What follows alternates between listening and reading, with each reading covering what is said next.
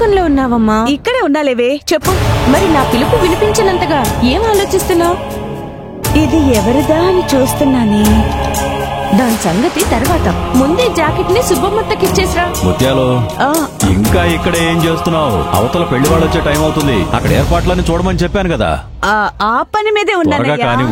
పోనీ అత్తకు ఫోన్ చేసి కనీసం ఈ జాకెట్ అయినా తీసుకెళ్ళమని చెప్పమ్మా. అమృత,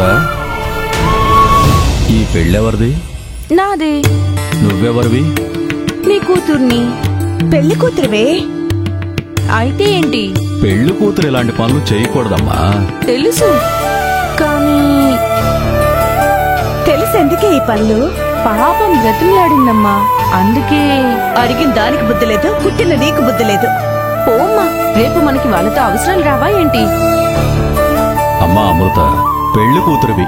పెళ్ళయ్యేదాకా ఇలాంటి పనులు చేయకమ్మా. అలాగే నానా. ఏవయ్యా, పెళ్లి వాళ్ళు ఎవరైనా వాళ్ళ వస్తువు ఏమైనా పోయిందని నీతో చెప్పారా? లేదే. ఏ? ఇది ఎవరిదై ఉంటుంది? కింద పడింది. ఏది?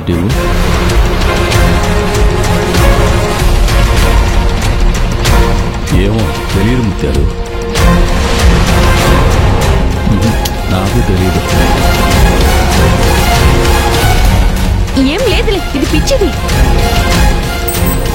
ఈ మాత్రం దానికి ఎవరిది అని తిప్పి 100 సార్లు చూసావు. ఇదిగో ముందే జాకెట్ ఇచ్చిరా. వెళ్ళు.